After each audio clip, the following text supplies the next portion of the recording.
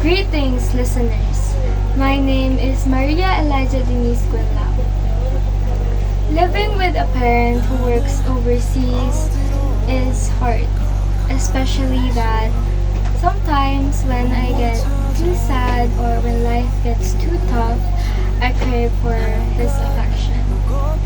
But later on, I understood that he needed to sacrifice, that he needed to work abroad for me to have a better life ahead. And I couldn't be more thankful for him for that. Looking back, everything was as picture perfect as it could be.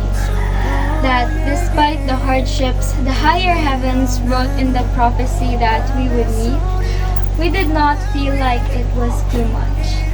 We did not feel like we were too close to the sun.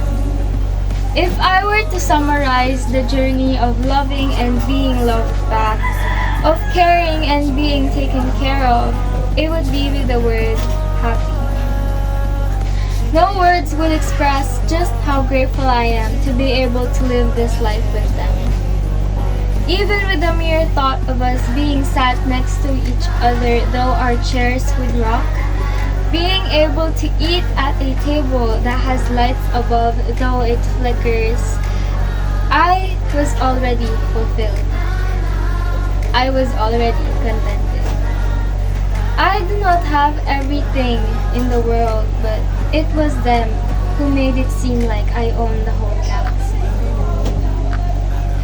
Through thick or thin, thunder or 28-degree weather, we stay. We promise to be together when the world ends and promise to be with each other when the world starts. As a family, we always dreamt of succession together, of finally reaching the finish line one day. We swore to protect one another until then.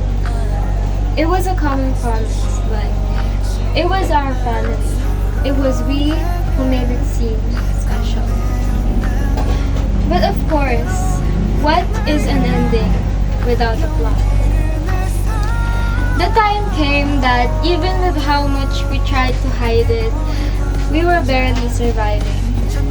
What used to be full eventually became too much. And I guess God really works wonders when an email of verification makes it possible for the head of our family to work overseas. It was a bittersweet moment knowing that in our condition, the probability for him to accept it is high. He wanted to convince us and it was almost too logical to disagree. But that does not mean we were not against it. It hurts thinking that he would consider overseas as a solution. That we were in such a bad situation that he needs to sacrifice elsewhere for us to strive. Maybe it was that moment that let our caged feelings out about our worries, about our burdens, and about our personal difficulties that we tried so hard to hide. Maybe because of that, he understood a new point of view, a new perspective. And maybe because of him too that we perceived a new reality.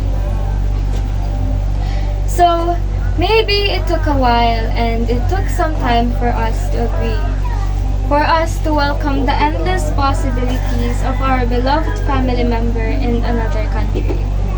It took a while to understand the fact that sometimes we need to sacrifice.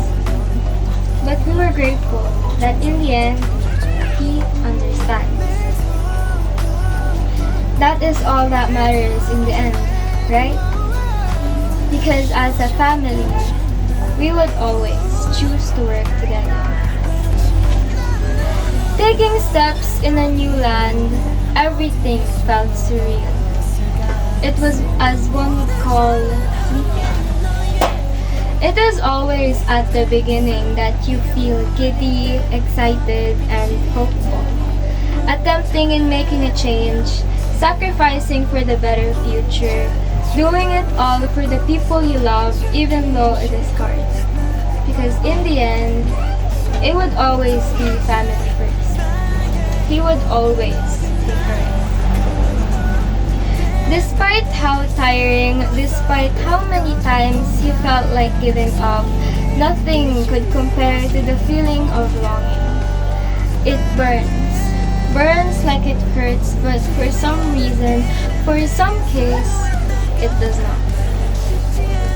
In a world so big, universe so infinite, he never felt like he was alone. Well, that was before.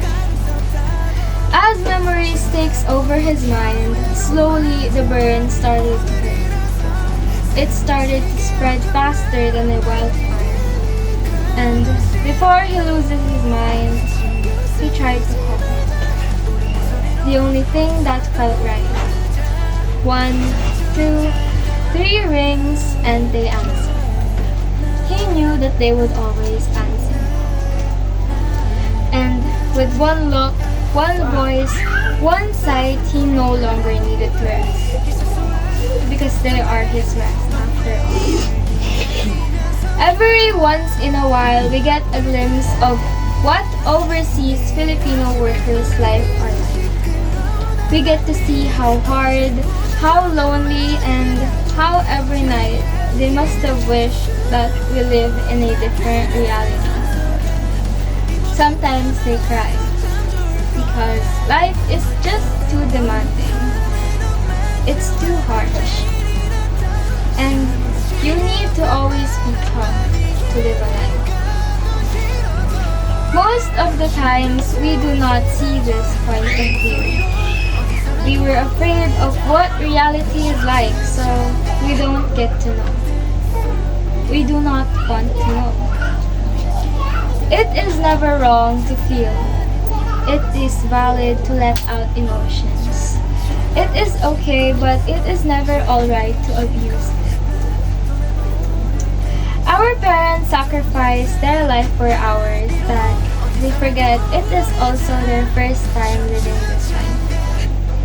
Because at the end of the day, they would always say, once for work. Thank you for listening. Again, my name is Elaijah Guanlao from Section 8 Binondo, and this is my speech essay entitled Once for Work. Okay, tapos na.